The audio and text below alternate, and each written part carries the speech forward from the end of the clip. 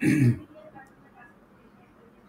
আসসালামু আলাইকুম। সবাইকে টেকনিক্যাল অ্যানালাইসিসের পক্ষ থেকে শুভেচ্ছা। আমরা আজকে মাগুরা আ মাগুরা শেয়ারটি নিয়ে বিস্তারিত কথা বলব। আপনি স্ক্রিনে দেখতে পাচ্ছেন শেয়ারটির উইকলি চার্ট, লং টাইম ফ্রেমে আমরা দেখতে পাচ্ছি শেয়ারটির হিস্ট্রিক্যাল প্রাইস চার্ট আমরা দেখতে পাচ্ছি যে শেয়ারটি ২০২১ সালের জুনে প্রথম আ লিস্টেড হয় মার্কেটে। আমরা জানি যে শেয়ারটি আগে ওটিসি মার্কেটে ছিল এবং ওটিসি মার্কেট থেকে আসার পরে শেয়ারটি মোটামুটি খুবই শর্ট টাইমের মধ্যে ৳১০ রেঞ্জ থেকে আমরা দেখতে পাচ্ছি অলমোস্ট ৳২০০ লেভেলে উঠে যায়। এরপরে শেয়ারটির একটা কারেকশন ফেজ আমরা দেখতে পাচ্ছি ৳২০০ থেকে অলমোস্ট ৳১০০ বা ৳১০৮ লেভেলে নেমে যায়। এরপরে সেকেন্ড ফেজে শেয়ারটি আবারও ৳১০০ থেকে তার আগের যে রেসিস্ট্যান্স ছিল ৳২০০ এই লেভেলকে ক্রস করে অলমোস্ট ৳২৫০ বা ৳১৬৫ লেভেলে উঠে যায়। যাই হোক, কিছুদিনের মধ্যে শেয়ারটি আবারও কারেকশনে যায় এবং কারেকশনে গিয়ে এরপরে সে একটা সাইডে মুভমেন্ট অনেক একটা বক্সের মধ্যে আমরা দেখতে পাচ্ছি বারবারই আপ ডাউন করে একটা সাইডে মুভমেন্ট করতে দেখেছি এবং শেয়ারটি অলমোস্ট ৳২৫০ লেভেল থেকে বা ৳২৬৬ বা ৳৬৫ লেভেল থেকে অলমোস্ট একশো ৳১০৪ এই রেঞ্জের মধ্যেই ঘোরাঘুরি করেছে। আমরা দেখতে পাচ্ছি শেয়ারটি ২০২২ সাল থেকে অলমোস্ট ২০২৪ সালের জুলাই পর্যন্ত এই একটা রেঞ্জের মধ্যে সে ওঠানামা করেছে। বারবারই দেখতে পেয়েছি যে শেয়ারটি তার হাই লেভেলে যাওয়ার চেষ্টা করে এখান থেকে রেসিস্ট্যান্সে বাধা পেয়ে আবারও নিচে নেমে আসে এবং এখানে সাপোর্ট জোন আমরা দেখতে পাচ্ছি এখানে সাপোর্ট জোন রয়েছে। ইস্টার্ন সাপোর্ট জোনে সে সাপোর্ট নিয়ে আবারও কিন্তু সে এই লেভেলকে টাচ করার চেষ্টা করে। ফাইনালি সে আবার ডাউন ট্রেন্ডে চলে যায় এবং এই যে বক্সের যে ডাউন রেঞ্জ সেই রেঞ্জকে অর্থাৎ ডাউন চ্যানেলকে ভেঙে নিচে চলে যায় এবং ফাইনালি আমরা দেখতে পাচ্ছি সেটি ২০২৪ জুলাইয়ের পর থেকে একদম শার্প ডিক্লাইন করে শেয়ারটি কিন্তু অলমোস্ট ৳৬০ লেভেলের দিকে চলে যায়। তো যাই হোক, তো আমরা বর্তমানে যেটা দেখতে পাচ্ছি শেয়ারটির একটা আপ ট্রেন্ড আমরা দেখতে পাচ্ছি। ছোট করে উপরের দিকে উঠে যাওয়ার চেষ্টা করছে দেখতে পাচ্ছেন। তবে সবচেয়ে লক্ষণীয় যে বিষয় সেটা হলো তার এই ২০২১ সালের পর থেকে এই সেকেন্ডারি মার্কেটে লিস্টেড হওয়ার পর থেকে আমরা দেখতে পাচ্ছি তার যে ভলিউমের হিস্ট্রি, তো সেক্ষেত্রে রিসেন্টলি যদি বলি যে এপ্রিল থেকে শুরু করে বর্তমান সময় পর্যন্ত শেয়ারটির কিন্তু একটা বড় ভলিউমের এঙ্গেজমেন্ট আমরা এখানে দেখতে পাচ্ছি। তো এটা খুবই পজিটিভ। তো এই ক্ষেত্রে আমরা যদি দেখি যে শেয়ারটি যখন প্রথমবার প্রাইসের যে বড় মুভমেন্ট হয়েছিল সেই লেভেলে কিন্তু খুব বেশি ভলিউমের এঙ্গেজমেন্ট দেখতে পাইনি। আবার এখানে যখন প্রাইস মুভ করে তখন এখানেও কিছুটা ভলিউম বেড়েছিল এবং কারেকশন ফেজে ভলিউম আবার কমে যায়। ফাইনালি আবার যখন প্রাইস মুভ করে ভলিউমও মুভ করে, কিন্তু এই মুভমেন্টের ক্ষেত্রে আমরা দেখতে পাচ্ছি শেয়ারের ৳১০০ লেভেল থেকে অলমোস্ট ৳২০০ অর্থাৎ বা ৳২৫০ অর্থাৎ ৳১৫০ প্রাইস গ্যাপের ক্ষেত্রে যে পরিমাণ ভলিউম এঙ্গেজমেন্ট হয়েছিল, এখানে তার চেয়ে কিন্তু অনেক বেশি ভলিউম এঙ্গেজমেন্ট হয়েছে, কিন্তু প্রাইসের মুভমেন্ট কিন্তু খুব বেশি দেখতে পাচ্ছি না। প্রাইস মোটামুটি ৳৭০ অ্যাভারেজ যদি ধরি ৭০ বা ৬৫ এই লেভেল থেকে অলমোস্ট ৳১০০ র দিকে উঠেছে। সবেমাত্র ৩০ বা ৳৪০ শেয়ারের প্রাইসের মুভমেন্ট হয়েছে বা বলা যায় 50% শেয়ার প্রাইস মুভ করেছে।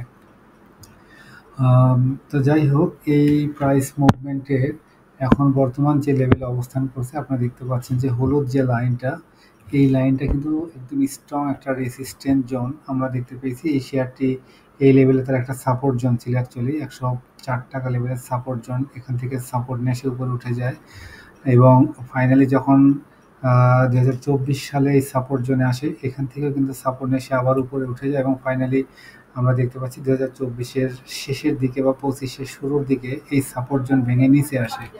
আল্টিমেটলি এই যে সাপোর্ট জোনটা ভেঙে নিচে আসলো, এই সাপোর্ট জোনই কিন্তু তার এখন স্ট্রং একটা রেসিস্ট্যান্ট জোন। দেখতে পাচ্ছেন এই লেভেলটা তার এক স্ট্রং রেসিস্ট্যান্ট জোন। সেক্ষেত্রে এই লেভেলটা যদি ক্রস করতে পারে আগামীকাল অর্থাৎ এই 105-6 টাকার যে লেভেল সেটা ক্রস করতে পারলে আমরা নতুন করে হয়তো এই প্রাইসের নতুন একটা মুভমেন্ট হয়তো আমরা দেখতে পেতে পারি। সেক্ষেত্রে হয়তো ধাপে ধাপে শেয়ারটি উপর দিকে যেতে পারে। যাই হোক, এটাকে যদি আরো ক্লোজ করে দেখি তাহলে আমরা এই চিত্র দেখতে পাচ্ছি যে এখানে দেখতে পাচ্ছেন যে শেয়ারটি অ্যাকচুয়ালি 2025-এর এপ্রিল থেকে আহ, প্রত্যেক 3 সপ্তাহ মুভ করেছে, পরের 1-2 সপ্তাহ আবার কমেছে, এরপরে আবারও দেখতে পাচ্ছেন 3 সপ্তাহ বেড়েছে এবং 1 সপ্তাহ কমেছে, এরপরে আবার 2 সপ্তাহ বেড়েছে, 2 সপ্তাহ কমেছে এবং ফাইনালি দেখতে পাচ্ছি লাস্ট 3 উইকস আমরা শেয়ারের প্রাইসের একটা ভালো মুভমেন্ট এবং ভলিউমের ভালো এঙ্গেজমেন্ট আমরা দেখতে পাচ্ছি এবং প্রাইস কিন্তু অলমোস্ট দেখতে পাচ্ছেন যে এই যে রেসিস্ট্যান্স লাইন তার কিন্তু কিছুটা উপরেই অবস্থান করছে। এখন রবিবারে যদি এটা কনফার্মেশন দেয় এর উপরে যদি ওপেন করতে পারে প্রাইস এবং উপরে যদি এটার ক্লোজিং প্রাইসটা উপরে থাকে তাহলে হয়তো নতুন করে আমরা একটা সম্ভাবনা দেখতে পেতে পারি এইখান থেকে যে নতুন করে প্রাইস মুভমেন্ট হয় কিনা। আচ্ছা, এটাকে যদি মান্থলিতে দেখি আমরা হয়তো আরো ক্লিয়ার চিত্র দেখতে পাবো। মান্থলিতে আপনারা যেটা দেখতে পাচ্ছেন শেয়ারটি কিন্তু অলমোস্ট 4 মাস বড় ভলিউম নিয়ে প্রাইসের একটা ভালো মুভমেন্ট আমরা দেখতে পাচ্ছি। সেক্ষেত্রে মান্থলি চার্টেও এটার একটা পজিটিভ সিগন্যাল দেখা যাচ্ছে। শেয়ারটি কিন্তু অলমোস্ট এই লেভেল থেকে অর্থাৎ ফেব্রুয়ারি থেকেই শেয়ারের একটা ভালো মুভমেন্ট, ভলিউমের এঙ্গেজমেন্ট। তো সেই ক্ষেত্রে আশা করা যায় যেহেতু ভলিউম এঙ্গেজমেন্ট অনেক বেশি এবং প্রাইস মুভমেন্টও ভালো রয়েছে, সেক্ষেত্রে শেয়ারটি এই তার রেসিস্ট্যান্স জোন এটাকে ব্রেকআউট দেওয়ার যথেষ্ট সম্ভাবনা রয়েছে বলে আমি মনে করছি। তো সেই ক্ষেত্রে এই শেয়ারটির আমরা আরও কিছু ডেইলি চার্টে আমরা আরও কিছু বিষয় দেখে নিব। তো সেই ক্ষেত্রে আমরা যদি এটাকে ক্লোজ করে দেখি এবং আমরা এটার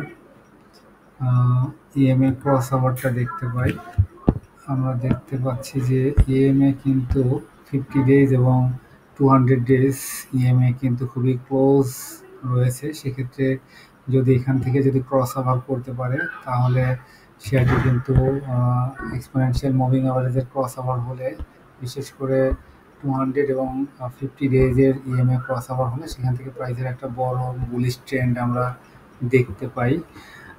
তো সেক্ষেত্রে এটা খুবই ক্লোজ দেখতে পাচ্ছেন। এরপরে যদি আমরা এটাকে বোলিঙ্গার ব্যান্ডে দেখি, বোলিঙ্গার ব্যান্ডও আমরা ক্লোজ করে দেখতে পাই যে এখানে বোলিঙ্গার ব্যান্ডের আপার যে চ্যানেল সেই চ্যানেলের উপরে কিন্তু অবস্থান করছে, অর্থাৎ অ্যাগ্রেসিভ প্রাইস মুভমেন্ট এটা ইন্ডিকেট করছে। আচ্ছা, এরপরে এটাকে যদি আমরা ইসিমোকো ক্লাউডে দেখি, ইসিমোকো ক্লাউডের উপরেই ডেইলি চার্টে আমরা দেখতে পাচ্ছি ইসিমোকো ক্লাউডের অনেক উপরে অবস্থান করছে। এছাড়া এটাকে যদি উইকলিতে দেখি, উইকলি চার্টে আমরা দেখতে পাচ্ছি ইসিমোকো ক্লাউডের নিচে অবস্থান করছে। সেক্ষেত্রে এই ক্লাউডের যে লোয়ার ব্যান্ড সেটা কিন্তু তার একটা রেসিস্ট্যান্স পয়েন্ট 110 টাকা। তো সেক্ষেত্রে যদি আগামীকাল এই রেসিস্ট্যান্সকে ব্রেক করে তাহলে সে হয়তো ক্লাউডের ভিতরে অবস্থান করতে পারে। এরপরে আমরা যদি আর কিছু ইন্ডিকেটর দেখি, বিশেষ করে আরএসআই দেখব, ম্যাকডিটা দেখে আসি। ম্যাকডি যদি আমরা দেখি উইকলি চার্টে আমরা দেখতে পাচ্ছি ম্যাকডি কিন্তু দীর্ঘদিন পরে অর্থাৎ 2023-এর নভেম্বরের পরে ম্যাকডি লাইন এবং সিগন্যাল লাইন জিরো লাইনের নিচে আসে। এরপরে কিন্তু দীর্ঘদিন দেখতে পাচ্ছেন যে ম্যাকডি লাইন সিগন্যাল লাইন দুটাই জিরো লাইনের নিচে ছিল এবং ফাইনালি কিন্তু এখন আমরা দেখতে পাচ্ছি ম্যাকডি লাইন এবং সিগন্যাল লাইন জিরো লাইনের উপরে যাওয়ার চেষ্টা করছে। সেক্ষেত্রে যখন ম্যাকডি লাইন এবং এই সিগন্যাল লাইন জিরো লাইনের উপরে যায় তখন কিন্তু কিছুদিন হলেও সে উপরে অবস্থান করে, আবার নিচে আসলে তাকে একটা নির্দিষ্ট সময় দেখা যায় নিচেই অবস্থান করতে দেখা যায়। যাই হোক, যেহেতু দীর্ঘদিন পরে ম্যাকডি উপরের দিকে যাচ্ছে সেক্ষেত্রে হয়তো এখানে আরও কিছু পজিটিভ হওয়ার চান্স রয়েছে অ্যাজ পার উইকলি চার্ট। এটাকে যদি মান্থলি চার্টে দেখি তাহলে মান্থলি ম্যাকডি দেখতে পাচ্ছেন যে অলরেডি কিন্তু তার যে হিস্টোগ্রামগুলো জিরো লাইনের খুবই কাছাকাছি এসেছে। সেক্ষেত্রে হয়তো এই মাস যদি পজিটিভ থাকতে পারে তাহলে আশা করা যায় হিস্টোগ্রাম এই মাসে কিন্তু জিরো লাইনের উপরে ক্রিয়েট করতে পারে। ডেইলি চার্টে যদি দেখি, ডেইলি চার্টে আমরা ম্যাকডি দেখি, তাহলে দেখতে পাচ্ছেন ম্যাকডির যে স্ট্রেংথ সেটা যদিও কিছুটা এখনও দুর্বল রয়েছে, অর্থাৎ প্রাইস মুভমেন্ট যে খুব বেশি স্ট্রং হয়েছে সেটা হয়নি, যার কারণে আসলে ম্যাকডির যে লেনগুলো, ম্যাকডি হিস্টোগ্রামের যে লেনগুলো এখনও ছোট রয়েছে। সেক্ষেত্রে প্রাইস মুভমেন্ট যত বাড়বে হিস্টোগ্রামের লেন্থ কিন্তু তত বাড়তে থাকবে। যাই হোক, এখানে ডেইলি চার্টেও কিন্তু ম্যাকডি পজিটিভ রয়েছে। এরপরে আমরা যদি আরএসআইটা দেখে আসি, আরএসআই অনুসারে শেয়ারটির বর্তমান ডেইলি চার্টের আরএসআই রয়েছে 67, খুবই স্ট্যান্ডার্ড আরএসআই। তো এর উপরে আমরা জানি যে 70 এবং ফাইনালি 73-তে তার রেসিস্ট্যান্স রয়েছে অ্যাজ পার ডেইলি আরএসআই। এরপরে আমরা যদি উইকলি আরএসআই দেখি, উইকলি আরএসআই কিন্তু 62, যেটা খুবই শার্পলি কিন্তু উপরের দিকে উঠে যাচ্ছে। এরপরে উইকলি চার্টে আমরা দেখতে পাচ্ছি 62 এর পরে 70-তে তার রেসিস্ট্যান্স রয়েছে। এই হলো আরএসআই এর অবস্থান। এরপরে যদি আমরা মানি ফ্লো দেখি, মানি ফ্লো লেভেল কিন্তু খুবই স্ট্রং। আপনারা দেখতে পাচ্ছেন মানি ফ্লো 89 এর কাছাকাছি, যেটা উইকলি চার্টে অনেক হাই, অর্থাৎ এখানে অনেক স্মার্ট মানির ইনভলভমেন্ট হয়েছে, সেটা আমরা স্পষ্ট দেখতে পাচ্ছি। ডেইলি চার্টের মানি ফ্লো দেখতে পাচ্ছেন 72, এটাও ভালো পজিশনে রয়েছে। যাই হোক, সার্বিক বিচারে আসলে শেয়ারটির টেকনিক্যাল অ্যানালাইসিস যদি হিসাব করে বলি, তাহলে অবশ্যই একটা ভালো পজিশনে রয়েছে। আমরা এই শেয়ারটির যদি কিছু ফান্ডামেন্টাল ইস্যু দেখে থাকি, তাহলে আমরা প্রথমে ইপিএস দেখব শেয়ারটির। ইপিএস অনুসারে আমরা দেখতে পাচ্ছি সেটি 2020 সালের ইপিএস ছিল 7 টাকা। এরপরে 21 সালে এসে ইপিএস শার্পলি ডিক্লাইন করে 1 টাকা 34 পয়সা নেমে যায় এবং পরবর্তী বছরে দেখতে পাচ্ছি আবার 4 টাকা 62 পয়সা উঠে যায়। এর পরের বছরে 2023 সালে আমরা দেখতে পাচ্ছি 4 টাকা 71 পয়সা এবং 24 সালে আবারও ডিক্লাইন করে। তো দেখা যাচ্ছে যে 1 বছর বেড়েছে এবং 1 বছর কমেছে। এই হিসাবে আমরা যে ট্রেন্ড যদি বজায় থাকে, তাহলে আশা করা যায় এই বছরে হয়তো ইপিএস বাড়ার সম্ভাবনা রয়েছে। তো সেক্ষেত্রে ইপিএস কিন্তু খুব বেশি খারাপ বলার সুযোগ নেই। তো সেক্ষেত্রে আমরা পি রেশিওর হিসাবে যদি বলি, পি রেশিও অনুসারে শেয়ারটির বর্তমান পি রেশিও 58, যেটা নন মার্জিনেবল, শেয়ারটি মার্জিনের বাইরে রয়েছে। তারপরে ইপিএস এর গ্রোথ যদি আমরা দেখি, কোয়ার্টারলি ইপিএস এর গ্রোথ তো এখানে দেখতে পাচ্ছেন রয়েছে, ইপিএস এর গ্রোথ রয়েছে। পরে আমরা আর কিছু বিষয় দেখব। আচ্ছা, ন্যাপটা যদি দেখে আসি, আচ্ছা ন্যাপ যদি দেখা যায়, আচ্ছা ন্যাপ কিন্তু শেয়ারের লাস্ট আমরা দেখতে পাচ্ছি যে 2020 সালে ন্যাপ ছিল 83.95, এরপরে ন্যাপ কিন্তু ডিক্লাইন করে। এরপরে 2021 সালের পর থেকে ক্রমান্বয়ে কিন্তু ন্যাপ আবার হয়তো 2020-এ যে ন্যাপ ছিল তার খুবই কাছাকাছি অবস্থান করছে। এখন 72.59 টাকা রয়েছে 2024 সালের হিসাব মতে।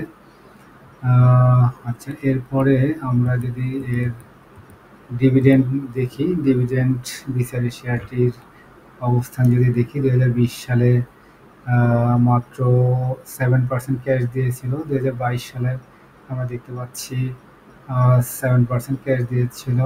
2023-এ 20% স্টক এবং ক্যাশ, 2023-এও একই অবস্থা। 2024-এ দেখতে পাচ্ছি 14% ক্যাশ ডিভিডেন্ড দিয়েছিল। যাক, ডিভিডেন্ড মোটামুটি বলা যায় ভালো।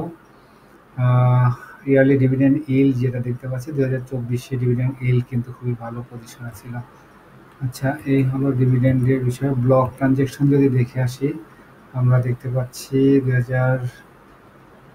আচ্ছা, ব্লক ট্রানজ্যাকশন খুবই কম, এখানে ব্লক ট্রানজ্যাকশন তেমন উল্লেখযোগ্য নেই। সেক্টরাল মিনিট চার্ট যদি দেখি, সেক্টরাল মিনিট চার্টে আমরা দেখতে পাচ্ছি ট্রেন্ড উপরের দিকে রয়েছে। সর্বোপরি যাই হোক, শেয়ারটি আমরা যদি বলি, তাহলে শেয়ারটির বর্তমান পজিশন কিন্তু ভালো রয়েছে। যদি সে তার এই যে হলুদ লাইন দেখতে পাচ্ছেন, এই রেসিস্ট্যান্স জোনকে সাকসেসফুলি ব্রেকআউট দিতে পারে, তাহলে ফাইনালি তার আসলে 125-30 টাকা লেভেলে যাওয়ার হয়তো চান্স রয়েছে। যাই হোক, এই ছিল শেয়ারটির টেকনিক্যাল এবং ফান্ডামেন্টাল অ্যানালাইসিস। যারা শেয়ারটি হোল্ড করছেন তারা অবশ্যই হয়তো এই আলোচনা শুনে কিছুটা উপকৃত হবেন। আর এটা শুধুমাত্র আসলে টেকনিক্যাল অ্যানালাইসিস, তার প্রাইস হিস্ট্রি এবং ফান্ডামেন্টাল অ্যানালাইসিস, তার ডিভিডেন্ড, ইপিএস বা ন্যাবের উপর ভিত্তি করে আসলে বিশ্লেষণ করা। যাই হোক, সেই ছিল এর বিস্তারিত আলোচনা। সবাই ভালো থাকবেন আর সবাই জেনে বুঝে বিনিয়োগ করবেন। আশা করি সবাই এই চ্যানেলের সঙ্গে থাকবেন এবং লাইক ও সাবস্ক্রাইব করে এই চ্যানেলের পাশে থাকবেন। আসসালামু আলাইকুম।